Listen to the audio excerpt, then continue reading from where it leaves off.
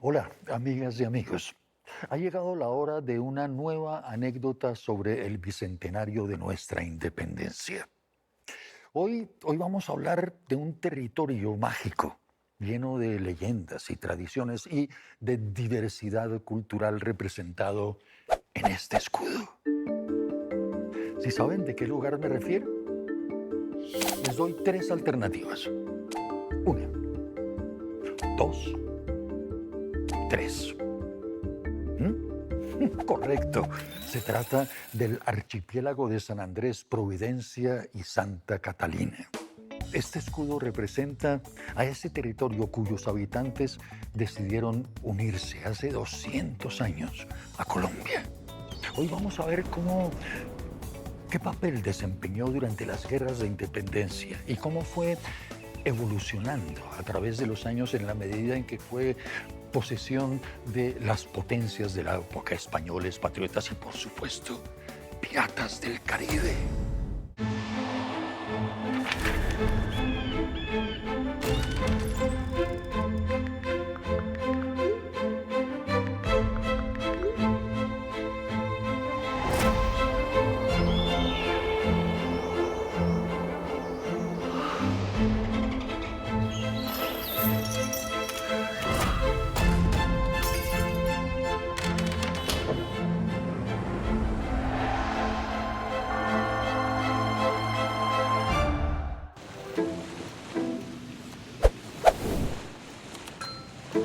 Hay algo que me llama mucho la atención cuando miro el mapa completo y es que independientemente de que San Andrés y el resto del archipiélago queden tan lejos de Colombia, igual hacen parte de Colombia. Porque es que, si no sabían, queda a más de 700 kilómetros de la costa. Hola, Kepa. Hola, Camila. Mira, es que quería explicar antes que todo que las islas empezaron a formar parte de Colombia por un tema más que todo comercial y por el interés, claro, que tenía la corona en mantener el dominio sobre esos territorios. Kepa, ¿y por qué no iniciamos por la integración? Pues cómo llegó a ser parte del virreinato de la Nueva Granada. Para entenderlo mejor, necesitamos hablar, o por lo menos mencionar, al virrey de la época, Caballero y Góngora. Porque fue él quien autorizó a los isleños a que empezaran a negociar con Cartagena. Acuérdate que él, por ser el representante del mismo rey, tenía todo el poder para hacerlo. Claro, primero empezó con las relaciones comerciales y ya luego, ahí sí, a administrar y a controlar el territorio, ¿cierto? Sí, tal cual. Resaltemos aquí también que el argumento que utilizaron los españoles para justificar esa decisión fue decir que Cartagena estaba muy cerca de las islas.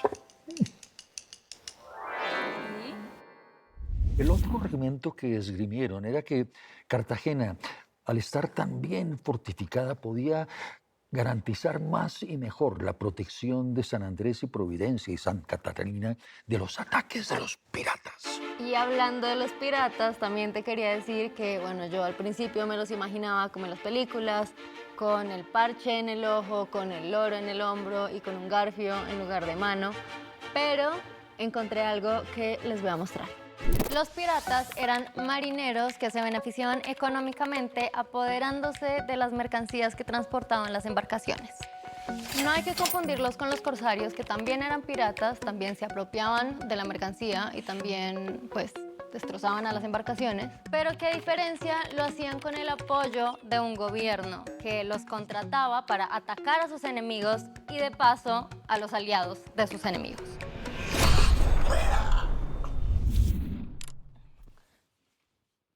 Dicen que en el archipiélago había un pirata llamado Henry Morgan, que planeaba sus golpes desde San Andrés. Dicen también que desde la isla planeó el saqueo a la ciudad de Panamá y la dejó en cenizas. Las naves viajaban por el Caribe escoltadas por barcos armados para proteger sus mercancías. Pero Morgan siempre les ganaba. Dicen que llegó a su escondite con 5 barcos llenos de municiones, de oro y de muchas riquezas. El rumor es que Morgan escondía sus tesoros en una cueva que estaba cubierta de vegetación y de agua, entonces que nadie la podía encontrar. Y pues bueno, los cuentos de piratas y de tesoros se volvieron una tradición oral en la isla.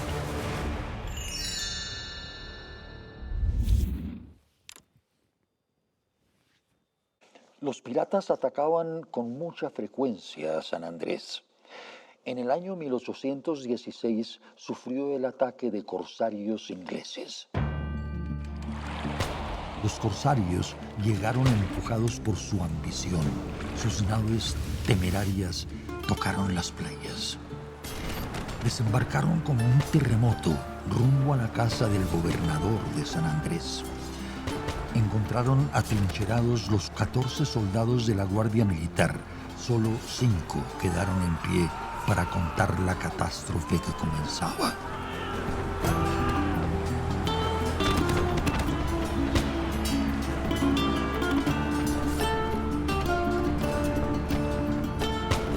Fusilaron al gobernador y quemaron la iglesia. Quisieron retar la voluntad de Dios sobre la tierra.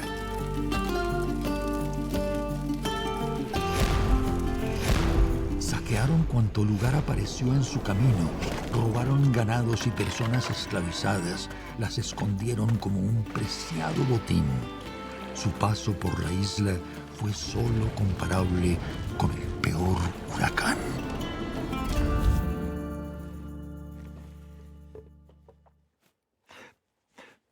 Camila, Morgan y los demás piratas eran muy astutos, muy hábiles para salirse con la suya. Y la corona española lo sabía muy bien.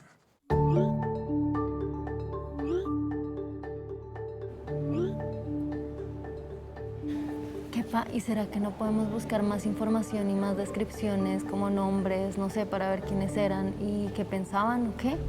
Algunos historiadores mencionan a un tal Louis Horry, un corsario francés que atacaba puertos y embarcaciones españolas desde Providencia, donde había instalado su cuartel general. También dice que tuvo alianzas frágiles con el mismo libertador Simón Bolívar, aunque este nunca llegó a reconocerlas del todo. Ese tal Louis Horry tomó posesión del archipiélago de San Andrés bajo las banderas de Buenos Aires y Chile. Pero no entiendo. Entonces, ¿por qué las islas no quedaron a nombre de Argentina o de Chile? Camila, mira, tienes que entender que esos territorios estuvieron en disputa por parte de todas las naciones que imperaban en ese tiempo. Imagínate que formó parte de Guatemala y hasta de México. No fue sino hasta mucho después cuando los mismos habitantes de San Andrés y Providencia y Santa Catalina decidieron unirse a Colombia, o a lo que los historiadores llaman la Gran Colombia. Pero, ¿y entonces los oficiales haitianos y los franceses quiénes eran? Fueron designados por el gobierno de Colombia para presentar la Constitución ante el Cabildo de San Andrés. Cabildo. El Cabildo fue una institución creada durante la colonia. La conformaban personas prestigiosas de la sociedad, así como autoridades tanto civiles como militares. Y tomaban decisiones importantes sobre el bienestar de la comunidad. De estos cabildos estaban excluidos, por supuesto, indígenas, personas esclavizadas y, sí, mujeres. Así fue como en 1822 el Cabildo de San Andrés aceptó la Constitución. Izaron la bandera, los habitantes juraron lealtad eterna. Las islas ya entraron a formar parte de Colombia. Kepa, pero siento que todavía hay algo que no hemos investigado bien sobre ese tema. ¿Qué cosa? ¿Las fechas? ¿Los lugares? Yo creo tener una idea chévere que nos puede funcionar. Bueno, mientras Camila se nos va por allá, quién sabe dónde, a la calle, a jugar con sus entrevistas, nosotros también vamos a jugar aquí tratando de ubicar dónde queda exactamente el archipiélago de San Andrés, Providencia y Santa Catalina. ¿Les parece? En este mapa mapa, ayúdanos a ubicar dónde queda San Andrés y Providencia. Por acá en esta parte. No, no, perdón, pero queda aquí. Sí, pero antes que saber exactamente dónde se ubica el archipiélago, lo que tenemos que llegar a conocer más a fondo son las islas mismas y sobre todo a sus habitantes que tienen una forma tan particular, tan peculiar de vivir la vida.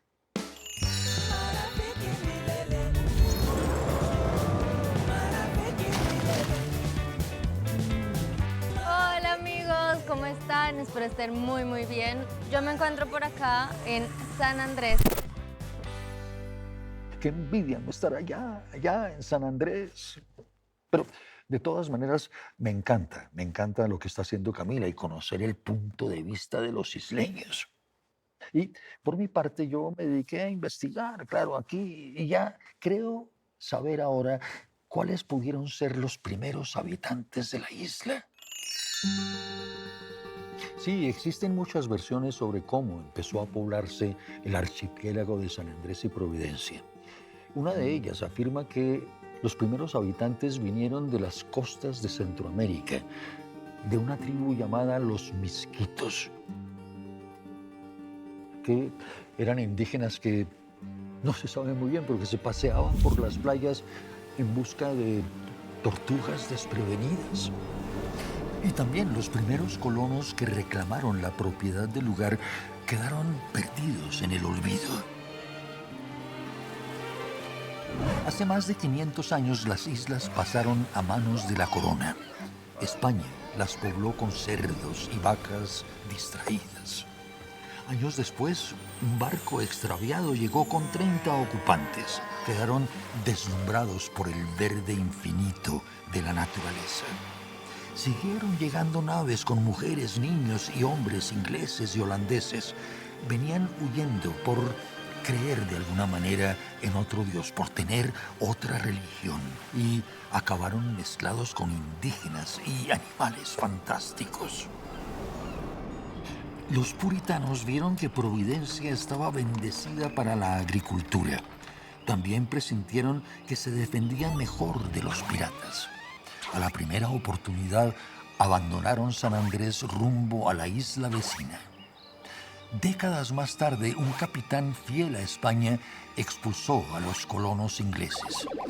Los esclavizados que no supieron escapar hacia San Andrés fueron mandados a Cartagena de Indias. Un siglo más tarde, las islas quedaron pobladas para siempre. El responsable fue un capitán escocés y su barco de esclavizados africanos. En su cargamento también venían semillas de algodón blanco para ser cultivadas por manos negras. Con el tiempo, la corona española expulsó de nuevo a los colonos. Algunos suplicaron quedarse y jurar lealtad al rey.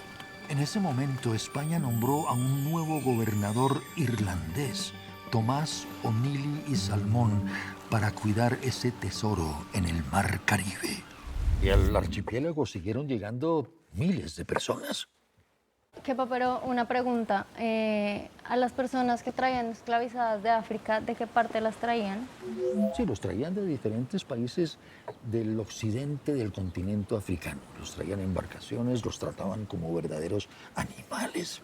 Y los desembarcaban y los vendían en la isla La Española, bautizada así por Cristóbal Colón, que hoy está formada por dos países, Haití y la República Dominicana. Después, muchos de ellos fueron transportados a San Andrés para que sirvieran y reforzaran la mano de obra. Como pasaba en Cartagena. Más o menos, aunque el sistema esclavista del Mar Caribe se pareció mucho más al sistema esclavista de Norteamérica. ¿Cómo así? O sea, acá utilizaban el sistema de las plantaciones. El sistema de plantaciones fue instaurado en el sur de Norteamérica y en las islas del Mar Caribe. Consistía en dedicar enormes extensiones de tierra al cultivo de un solo producto: caña de azúcar, algodón. Estas tierras, por supuesto, pertenecían a muy pocos y basaban su productividad en la explotación de la mano de obra esclavizada traída del África. Esos propietarios ricachones hacían cosas aún peores. Formaban grupos de hombres, separándolos de sus familias y, por supuesto, también de sus grupos de origen. ¿Qué va, pero, o sea, por qué los separaban de sus grupos originales? ¿No era más fácil tú trabajar con alguien que o ya conoces o que hablan por lo menos el mismo idioma? Supongo que sí, aunque también al pasar de los años, al compartir rutinas y escuchar cómo nombraban las cosas los demás, fue surgiendo un idioma, el creol.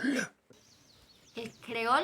Sí, el creol es una lengua criolla caribeña que surgió precisamente de la mezcla entre el inglés británico, algo de holandés, algo de francés y, por supuesto, las lenguas africanas.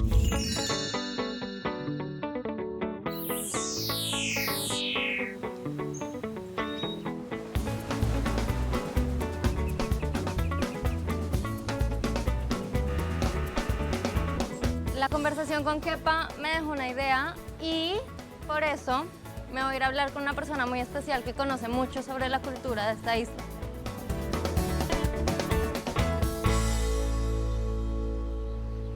Hola, Edward. Buenas tardes, sí. ¿Cómo estás, Camila? Mucho gusto conocerte en persona. Ok, muchas gracias. ¿Cómo has estado? Bueno, bien, gracias. Bueno, te cuento que estoy muy feliz de estar en San Andrés. La primera y única vez que vine fue cuando tenía como 7 años y pues obviamente ni en ese momento ni después era consciente de San Andrés y su cultura. Algo que yo quería saber y que todavía como que no logro entender es cómo llega a ser San Andrés lo que es hoy en día. Muy interesante pregunta porque en realidad, como usted ve, estamos a 400 millas náuticas de Colombia. Somos un pueblo diferente, otra lengua, otra raza y otra religión.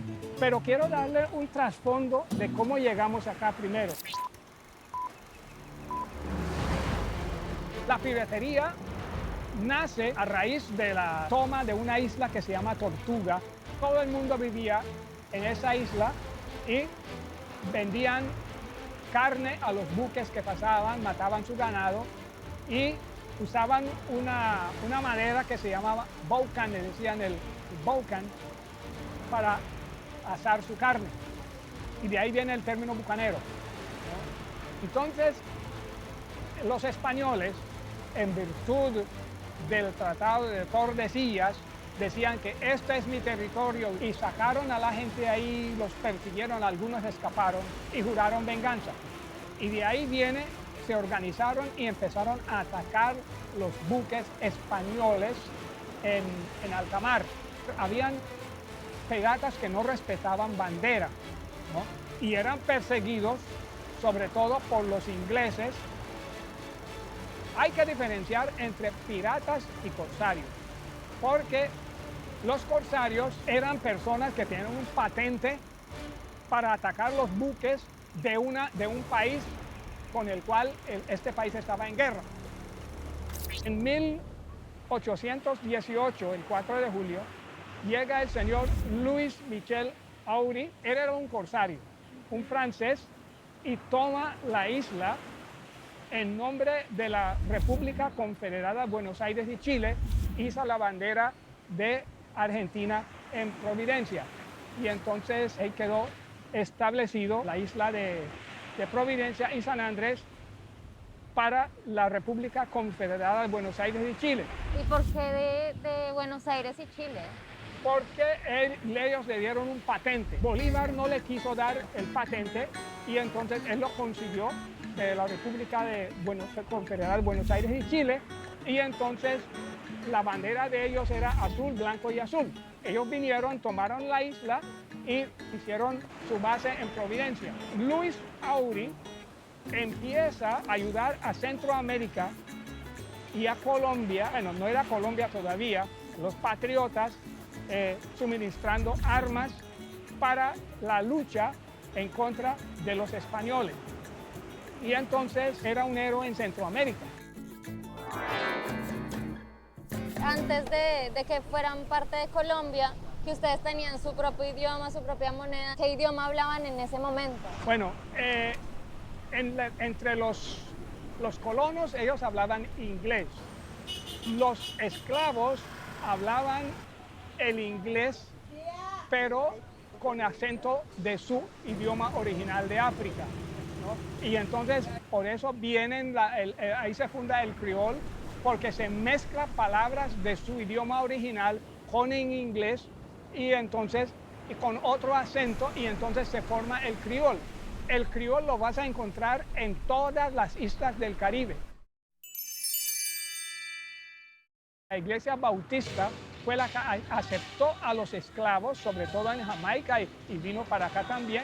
Aceptaron a los esclavos y entonces ellos se volvieron cristianos, pero si usted va a un culto de estas personas, cantan y predican diferente, con ese espíritu y eso, y el movimiento. De ahí viene, en la cultura se mete con la religión. Hay una mezcla de cultura y eso se respeta, ¿no?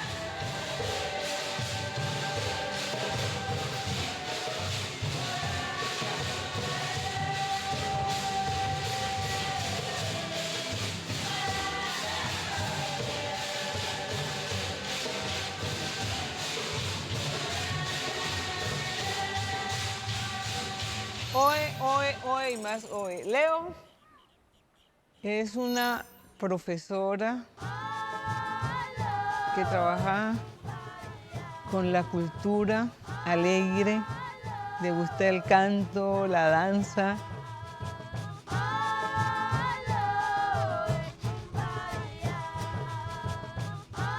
El grupo de niños que yo tengo, el grupo Ebony, niños, jóvenes y adolescentes, vivimos como en una familia, donde existe el respeto, porque hay niños de todas las religiones. Aquí tenemos bautistas, católicos, adventistas, y ellos siempre están en armonía, en escucha, en aprendizaje, aprender unos de los otros. El grupo Ebony utiliza los instrumentos tradicionales. De la música tradicional tenemos el top. El top es una tinaja que se utilizaba para lavar ropa y se le colocó un palo y una cuerda y tensionándola hace las veces de bajo. Tenemos la quijada de caballo. Ese instrumento es la percusión de la música. Hace unos años empezamos a utilizar el rayo de lavar la ropa con los dedales que utilizaban las mamás para coser, para remendar. Da el sonido como de una guacharaca de la costa atlántica. Aquí se utilizaba el vestido que utilizan los negros, largos, manga largas, porque tenemos que recordar que los primeros habitantes que vinieron de Europa eran puritanos ingleses. Entonces ellos utilizaban sus vestidos largos, manga larga, eran unos colores sobrios, pero a medida que fue pasando el tiempo, se le fueron adicionando más elementos.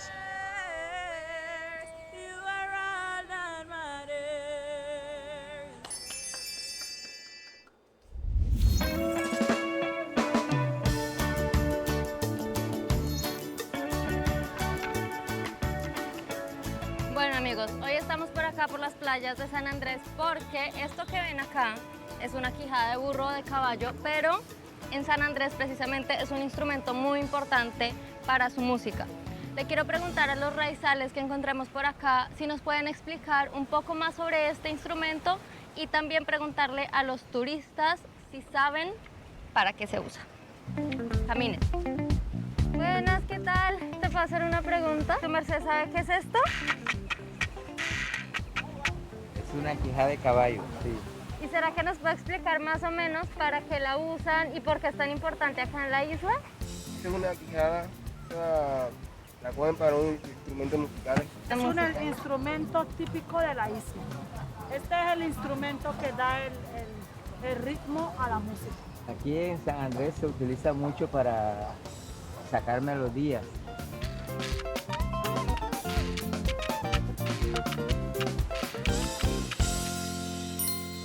Esta imagen que vemos acá, este sector turístico, es la postal que muchos colombianos tenemos de San Andrés.